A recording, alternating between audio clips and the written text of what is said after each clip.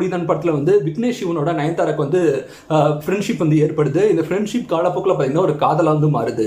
பொதுவாக ஒன்று சொல்லுவாங்க, வாழ்க்கையில் ஒரு கதவு மூடுச்சுன்னா இன்னொரு கதவு திறக்கும். அந்த திறக்கிற கதவு பார்த்தீங்கன்னா மூடுற கதவோட பெட்டராக இருக்கும் அப்படின்னு சொல்லுவாங்க. அதே மாதிரி நயன்தாரா லைஃப்ல வந்து ஆல்ரெடி 2 லவ் ஃபெயிலியர் ஆனதுக்கப்புறம் இதுக்கப்புறம் லவ்வே தேவையில்லை, மேரேஜே தேவையில்லை அப்படின்னு நினைச்ச நயன்தாராக்கு வந்து ஒரு பெட்டரான ஒரு டோர் ஓப்பன் ஆச்சு. அந்த டோர் தான் பார்த்தீங்கன்னா விக்னேஷ் சிவன் அவர்கள்.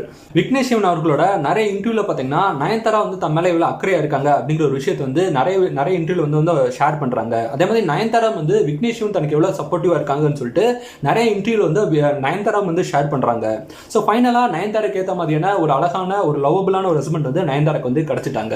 ஸோ இதுக்கப்புறம் பார்த்தீங்கன்னா அவங்க வந்து ஒரு ப்ரொடக்ஷன் கம்பெனி ஸ்டார்ட் பண்ணுறாங்க. விக்னேஷ் சிவனோட சேர்ந்து ஒரு ப்ரொடக்ஷன் கம்பெனி வந்து ஸ்டார்ட் பண்ணுறாங்க.